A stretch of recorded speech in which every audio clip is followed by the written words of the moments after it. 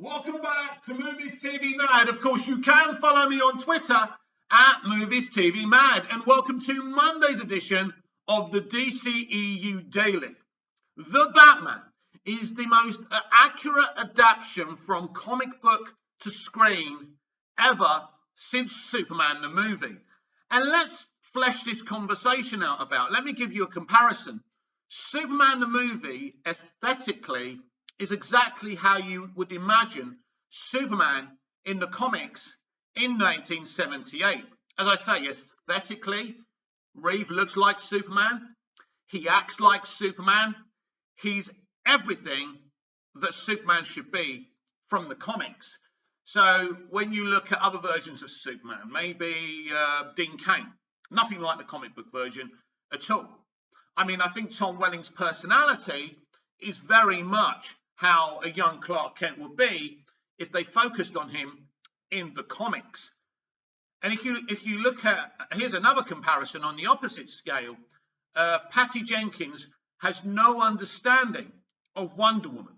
The Wonder Woman she understands is the Linda Carter television series, not the comic books.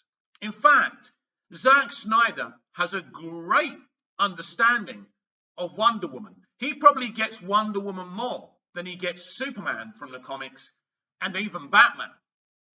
I'd give him Wonder Woman because I think there wouldn't be any controversy with him and Wonder Woman because I think he actually gets who Wonder Woman in the comics actually is. And he did a great job in the first movie. Matt Reeves gets Batman. He understands who he is. And he's not really looking a lot from modern day comics. He's looking at the earlier comics. And this is exactly who Batman is. In the Batman, you are looking at Bob Fingers. Is it Bill Finger and the other guy? Right, I forgot his name, but the two people who created him, right? He's looking at the creator's version of Batman. And so when you see the film, this noir quality that it has, this detective story, no one's ever done this. You know, he's well-known Batman, especially in the early days, as the greatest detective. And this is what he is in this movie. And Reeves gets that. And I think it's important when you're adapting iconic characters, you get them. Now, sometimes people get these characters, but they think to themselves, nah, I don't like that version of him. I don't like the comic book version. So I'm going to do something a little bit different. And this is what Snyder, Nolan, and Terrio did with Superman. I like Cavill's Superman, but he's not exactly, if anything like the Superman you see in comic books. I think he's a great version, by the way, but he's not an adaptation. Where this version in the Batman is a proper, accurate adaptation. And this is not just about Batman in the Batman. This is about all its characters. Very faithful to the early source material of said characters. And I think this is why you're seeing a great reception. By the way, there are people out there, I think, who are actually doing spoiler reviews who have seen the film already. I think Boba Talks has done something. I'm not going to do that. I don't think it's right. And Boba is a great lad. I'm not talking against him. I love him. Go and follow him. I want to see that video. Be interesting to see what he has to say. I'll be checking him out after I do this video. But my morality is that you deserve to see this film. Now, maybe Boba hasn't given out the shocks and the twists of the movie. And I think that's important because it's going to ruin it for you. You really should stay off the internet. I mean, follow me and watch my videos and come and follow me on Twitter because I won't spoil you for at least a week or two. And I think that's important. Maybe I'll lose viewers and subscribers, and that's okay. That's my morality, and that's how I feel. But this is definitely the most accurate comic book movie adaptation from a comic book since Superman the movie. But Reeves goes beyond Superman the movie. But all these directors love Superman the movie because it did certain things in the right way. For example, the Batman and Superman the movie have got something very similar. They've taken very famous actors, very talented actors, and put them in very kind of not Batman roles, but in the Rogues Gallery, like Colin Farrell, for example, and John Turturro. These are people who have been doing their things for many, many years. Now, there isn't a Marlon Brando in this movie. I don't think there isn't a Brando out there to get, but they're all very recognisable. But with Robert Pattinson, he's brought in he's famous, but he's not that famous. He's only now in the past few years got some respectability in the industry. And I think this is his time, if you like. And when you see Rob's performance as Bruce and Bats, you're going to think, wow.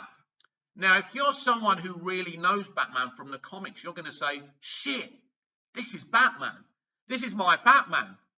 And by the end of the film, you'll think, I get this guy. I understand the turmoil that's going on within this guy. So I'm going to read an article very shortly, probably in about 4 minutes, where Matt talks to Screen Rant, or whoever he's talking to, and explains that he was worried that test audiences, wouldn't understand the Noir detective element of the movie and find it actually kind of confusing. Well, as you know, I was one of those test audiences, and I wasn't confused, and I loved it. And Matt now knows this, because obviously we leave feedback after we finish watching the film. So that was a great sense of relief for Matt Reeves, and we'll get into that very shortly. But in terms of an adaptation, as I say, if you're going to do these characters, I'll give you a fine example, right? A lot of people will say to me, yeah, but what about Zack Snyder's Batman? Look at the great shots from The Dark Knight Returns. Yes, there's some great from comic book to live action shots, identical. But let me be clear here. BVS is not The Dark Knight Returns. You know, Snyder was gagging to do, an accurate adaptation of The Dark Knight Returns in BVS. But why didn't you do a Dark Knight Returns trilogy in your own universe? That's what WB should have let him do. Maybe that would have been better than him actually doing the Snyderverse, because that's what he's always wanted to do. He's been quite honest about it. And I think Snyder could have done that justice, because he likes Batman from The Dark Knight Returns. I mean, it's obvious by casting Ben Affleck as an older, gritty, worn down Batman. That's what he was attempting to do. But apart from certain elements of BVS, it's nothing like The Dark Knight Returns, where this guy, Reeves, has looked at the early comics, has looked at certain graphic novels, and he's adapted them. But he hasn't adapted one graphic novel. He's taken elements of the graphic novels, and he's taken that version of Batman, because nobody has ever had the guts to say, we're going to make a noir Batman detective drama, which is what this is, because that's who Batman is. Batman is the greatest detective. His world is a noir detective world. The Rogues Gallery are mainly gangsters in a way, are very similar within a Godfather story or something like this. And what he's done, Reeves, he's taken advantage of this element of the Rogues Gallery in the comics and graphic novels. So it's such an accurate depiction. And this is why people are giving Reeves so much love. Because ever since Batman 66, no one's really gone accurate comic book depiction of Batman. Batman 66, Batman 89 and 92 are great, but he's not the Batman from the comics. He's not the greatest detective, right? You look at Bale's Batman, the Dark Knight trilogy. I finished off the trilogy last night. I really enjoyed watching The Dark Knight Rises. Boy, is that movie a lot better than I remember it. It's a really good movie, but it's Nolan's perspective. It's not an accurate depiction of the Dark Knight from the comics. He's not the greatest detective. He's not a detective at all, really. No one's ever really done that. But Reeves has done something, he's looked at it and he said, he's the greatest detective. Literally, his stories are noir detective stories in the early comics. Why hasn't anyone done this before? This is what I love. This is what I'm going to do. And he was nervous. There's no question about doing this, because it's hugely risky doing this. But I think when you take these elements of Batman he's at his best. And as I say, it's going to be very difficult for anyone else to do anything relevant with Batman again. I'm sure some clever person will, but he really has done a really accurate adaptation of Batman. Now, let's read this article where he talks about his worries and concerns about how test audiences were going to receive his movie. The Batman director was terrified by the movie's detective story. Matt Reeves was initially terrified audiences wouldn't follow the Batman's complex detective story, but early test screenings proved otherwise. Yes, and I can definitely say that. By Scott Stanley of Screen Rant. The Batman director Matt Reeves shares surprising insights from his initial screenings of the movie. The cinematic reboot of Gotham's Knight is days away.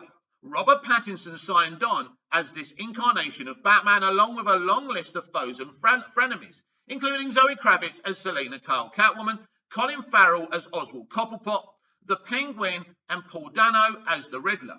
The first reviews of the Reeves Batman reboot are showing plenty of promise. With mixed reviews and production issues on the last several big screen Batman movies, Warner Brothers greenlit a standalone reboot and gave Reeves the mantle of the franchise along with all the pressure that comes with it. Studios want something family friendly, but fans have come to expect a gritty, intense portrayal of Gotham, along with razor-sharp dialogue and storytelling. That pressure was shared among Pattinson, who wasn't initially a fan favourite for the role. But both Reeves and Pattinson have clearly made bold moves with this with this new work. In an interview with Collider, Reeves talks about what surprised and delighted him in the responses from the first screenings of his reboot. He was still in the editing process when the screenings took place, meaning that he hadn't yet trimmed down the movie as much as planned. The over-complexity of the plot was still in debate, and Reeves wasn't sure if audiences would be receptive without a cleaner, more clarifying cut of the film. The results weren't what he expected. Even more than the flashier aspects of the screening, like car chases, Reeves' complex detective story excited viewers. Yep, you can read Reeves' full quote below. The first version of this movie that I screened, the movie has a very ambitious, complex narrative. So by the time we got to a place where we had to start testing, I was not all the way through the cut of the movie. There was so much of the movie yet to be touched, and it was really long. I mean, not to say that the movie doesn't have length now, but it was longer than what I intended. I was terrified because I thought, oh my gosh, we're showing this before I'm ready for an audience. And in terms of a Batman movie, it's a very complex detective story narrative. Are they going to be able to follow anything? What I found actually, which was amazing, was how much they loved that aspect. That was the biggest relief. I was thinking, okay, why did I do this? Why did I decide to make this kind of story? And what the first test screening told me was the audience wanted this, that we had the Batmobile chases, we had all the things. You can't make a Batman movie without giving the baseline things that people want from a Batman movie. But I knew we were challenging the audience in this side of world's greatest detective side, because it was going to be a very complex narrative. And it turned out they loved that part of it. It was one of the things that tested best. So that part was a great thing to learn, which was that actually the audience would be excited about this version of the movie, and that only continued to get better as we continued to test. Absolutely. The Batman is getting attention again as the world's greatest detective. Casting Dano as the Riddler was an excellent way to ensure that the movie's biggest fight is a battle of wits. From the beginning of his work on the project, Reeves suggested that he wanted to return to that more cerebral problem-solving side of the hero.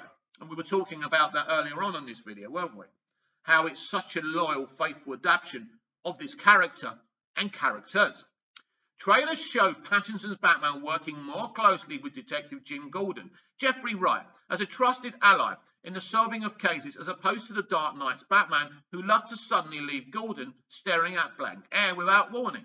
This one change further enforces the hope that Reeves and Pattinson will truly deliver a compelling, smart narrative of mystery, with the Batman that also leaves plenty of room for the Penguin, Carmine Falcone, John Turturro to come at Batman in their own brutal ways. and for Catwoman to return on fresh new terms. Really good article, by the way. But here's the thing. You can tell that Hollywood and directors don't really have a huge opinion on the intellect of an audience. You can see there Reeves was concerned that we weren't going to get it. But here's the thing. If you're a Batman fan and you read the early comics, this is exactly what you wanted. But it's not just that. Audiences are crying out for complex storytelling because we don't get it.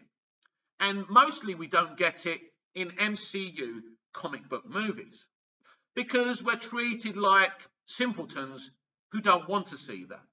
Now, the money the MCU make, you could argue, well, it's obviously what the people want. It's what those people want. This will be interesting in terms of the box office. Will mainstream audience react the way as us test audiences?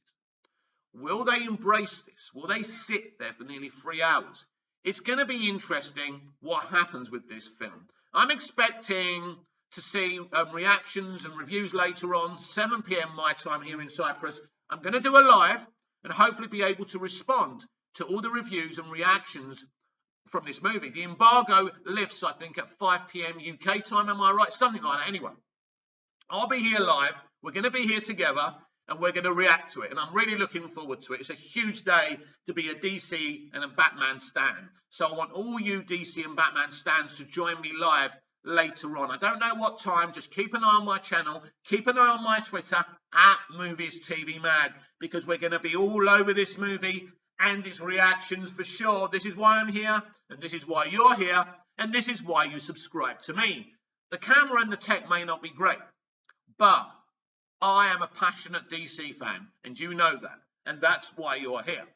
Little experience I had when I went to my test screening was that when we came out, a few of us had a little conversation, and we went somewhere and we had a few drinks, and we really talked about the movie, because this is one movie you're really going to want to talk about after you see it, because it's so totally shocking, breathtaking, and it just drains your energy in a good way. And we were just talking how accurately he depicted this well. But it is an utterly shocking film, and I can't wait for us to be able to talk about it properly. But don't spoil people. If you don't have to spoil people, don't spoil people, because it spoils the film and it will make it underwhelming. There's shocks in this film that you're going to want to experience for yourselves. So that's the Batman. The embargo lifts later on, and I'll be here live with you to experience people's reactions fresh live on my channel a little bit later on. The Batman's Alfred isn't a father figure to Bruce, says Andy Serkis. The Batman will put a unique spin on Alfred Pennyworth's relationship with Bruce Wayne, as Andy Serkis reveals he isn't much of a father figure here, by Rachel Labonte of Screen Rant. Andy Serkis opens up about Alfred Pennyworth's role in The Batman, explaining he isn't much of a father figure here. This week we'll finally see the release of the most anticipated DC film of the year, The Batman, directed by Matt Reeves. The movie offers an updated, darker take on the iconic DC hero, now played by Robert Pattinson. The Batman was once slated for release in June 2021, but delays caused by the coronavirus pandemic led to Warner Brothers to push it back a handful of times. That's not why it was pushed back. It was because Matt Reeves didn't want to go day and date, and quite right too. Now, after well over a year of breathless anticipation, fans will finally get to see what Reeves has in store for Bruce Wayne. The Batman takes place in Bruce's second year as Gotham's vigilante. His current challenge is the Riddler, Paul Dano, who has been murdering members of Gotham's elite as part of some twisted scheme. Well, it's not actually a twisted scheme, Rachel. He's just going at this cleaning up of Gotham a different way, but he's not just a maniac. Bruce must call upon all his skills as a detective to get to the bottom of Riddler's plans, but his demons threaten to get in the way. The Batman features updated takes on several iconic DC characters, from the Penguin Colin Farrell to Catwoman Zoe Kravitz. There are also some key allies on Bruce's side, like Serkis, Alfred Pennyworth, of course, in following with everything else in The Batman. This Alfred is far from the refined elderly butler fans know so well. Speaking to Digital Spy ahead of the Batman's release, Serkis teased the new aspect of Alfred he got to explore in the movie. The Batman plays into Alfred's past as a soldier, quite right too, and according to Serkis, that has cut into his ability to be a parent. He explained, he's an ex-soldier, he's worked for the Secret Service, but one thing he isn't is a father or possesses the emotional toolbox to be a father. That is really what's at the core of this telling of the tale, of our version of their relationship, and I'm thankful that it is a fresh view, really. In previous Batman movies, Alfred has always been a caring father figure to Bruce. The Batman promises to be a little different. Even if Alfred still does care deeply for his tortured charge, Serkis has previously teased the vastly different relationship between Bruce and Alfred within the Batman, which is so chilly to the point where they aren't really speaking. When the movie begins, it could be that Alfred's past experiences have tainted this bond, though Bruce's own refusal to care for himself likely doesn't help. This is just one of the many ways Reeves has adjusted the well-known characters of Gotham City to bring something new to the Batman. Well, it may be new for movie audiences, but it's not new for comic book readers. As I say, he's adapting these characters from the comics. There have been numerous on-screen depictions of every character in the film, meaning the pressure is really on to offer a new twist to everyone involved. It so far sounds like Reeves and his team have managed to do just that, but fans will have the final say on how successful they are when the Batman arrives this week. What an exciting time to be a geek, a nerd, a movie fan, a DC stan, but especially a Batman stan, even a Pattinson stan or a Matt Reeves stan. But this article and what he says in that quote sums up what Reeves has done. He's adapting characters from the source material and being faithful with them. In the early kind of comics on when Alfred first was there, it's there that Alfred was a soldier. And soldiers who are tainted by their experiences of war or being a spy, in Alfred's case, have emotional problems, have emotional anxieties, and find it very difficult to display their emotions to other people. And you've got to think about Alfred in all of this. He didn't ask for this, the Waynes died and Bruce was left to him. Of course, he could have binned him, but obviously he's a good man, so he wanted to raise the boy. But the point being, this is a more accurate depiction. It's not that Matt Reeves is changing who these characters are. In terms of previous films, yes. But if you look at the early source material, as we spoke about on the top of the show today, he's adapting these characters faithfully. And very few people do this. We see what James Gunn did with Peacemaker and the characters there. Vigilante, Freddie Stormer, he's great. He's brilliant from what I've been hearing. But he isn't the vigilante we know and love, right? And that's okay, because Gunn's blatantly honest about it, that these aren't accurate depictions, and that's okay. But the point is, the Batman is looking at things from a Batman stan's point of view. And Reeves, as a Batman stan, has taken kind of the style of saying, for once, let's see these comic book characters and who they were when we first started on this journey.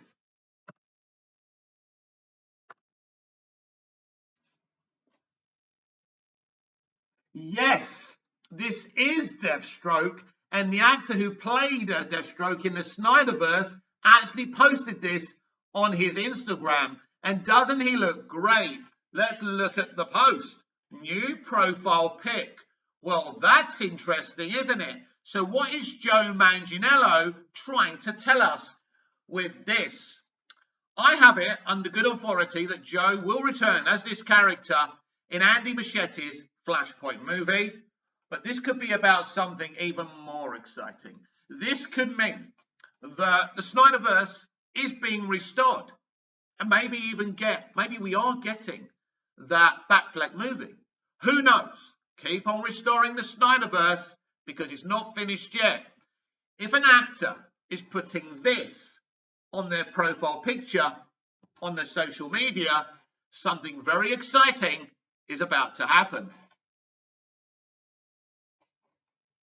And finally today, Justice League test footage of the Flash's powers shared by Zack Snyder. In his latest behind-the-scenes post about Justice League, Zack Snyder reveals the early test footage for the Flash's slow-mo running style by Rachel Abernathy of Screen Rant. Zack Snyder gives fans a behind-the-scenes peek at the Justice League test footage for the Flash super fast running. It says a lot about the power of Snyder's filmmaking that the Justice League is still sparking conversation more than 4 years after it was first released. Of course, that wasn't his film 4 years ago, was it? It was first released. Of course, it helps that 2021 saw the long-awaited premiere of Zack Snyder's Justice League, the director's famed final cut of the movie. That's the only cut of the movie because the other movie was Joss Whedon's Justice League's Calamity, wasn't it? Fans had campaigned to see Snyder's version of the DCEU film since the theatrical cut, which was largely overseen by Joss Whedon, debuted in theatres in 2017. Spurred by plenty of behind-the-scenes content from Snyder himself, fans tirelessly called for Warner Brothers to release its finished Justice League, which the studio finally did last year. The 4-hour-long movie arrived on HBO Max in the spring and sparked further conversation among fans. Many praised Snyder's take, especially when compared to the theatrical Justice League. The director's version of the film featured stronger character arcs, original villain Darkseid Ray Porter, and a tantalizing epilogue that previewed his vision for sequels that may never come to fruition. We will restore the Snyderverse. Have no doubt about that. Zaslav and Discovery are coming. Things are going to change. Since then, Snyder has shifted his attention to projects like Netflix Army of the Dead and his sci-fi epic Rebel Moon. I've said it before and I'll say it again. He's making 2 Rebel Moon movies back to back. They are going to be awesome. Disney's Star Wars is about to be taught a very harsh lesson, but he still has some surprises up his sleeves for DC fans. Over the weekend, Snyder shared a cool behind-the-scenes video from the making of Justice League. It's a bit of test footage that he shot while previewing what the Flash's speedster powers would look like in action.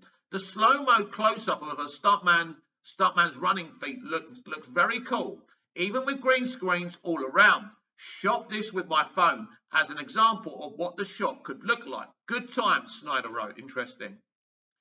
Placed within the same continuity as Justice League, but the DCEU is changing things so much for its future movies that the full extent of its universe won't be clear until the film arrives in November. Still, regardless of its place in canon, there's a little question that The Flash will hold some of the elements Snyder brought to Barry, like the clever depiction of his powers. Fans are still holding out hope that Snyder will get the chance to complete his DCEU plans, which included at least 2 Justice League sequels. Warner Brothers has moved the franchise in a new direction that largely prioritizes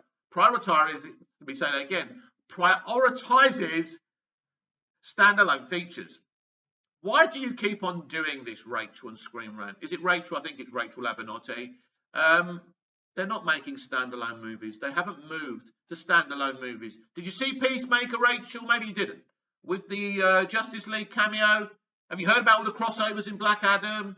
And the Flash movie is going to have more DC characters in one movie or content than we've ever seen in any TV or movies before. They're not moving to standalone stuff.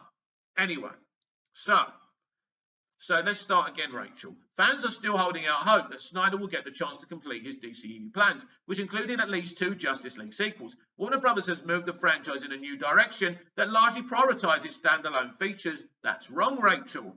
Though The Flash is expected to rewrite a portion of the universe with his multiverse plan, she's contradicting herself. Nevertheless, the love for Snyder and his Justice League remains strong, and his sharing of additional behind-the-scenes content will likely fuel it for some time. Perhaps there really will be more ahead for this version of the DCEU. Only time will tell. It's a multiverse strategy. There's nothing in those words that says Snyder's world shouldn't be part of that multiverse strategy, in its own pocket universe. I believe that's what's going to happen. I believe that Discovery and Zaslav have spoken to Snyder and Nolan and different people. I do believe that the Snyderverse will be restored. I've been right a few times before. Maybe you people should start listening to me. This has been the DCEU Daily. I'm Mick, your host with the most. Just ask your girlfriends and your wives. Like, share, comment, subscribe, hit the notification bell. Where is it up there? Who cares? Because you won't miss that perfection, this perfection, if you hit the notification bell. You'll be alerted. You think, oh my God, isn't he good looking? Not. So until I see you later, when I'll be reacting and reading all the reactions and reviews for the Batman, I'll be back later on. Until then, goodbye, au revoir, and of course, Alfie the same. See you later on. Don't miss my live. Very exciting, very important. Don't miss a kick of this hype.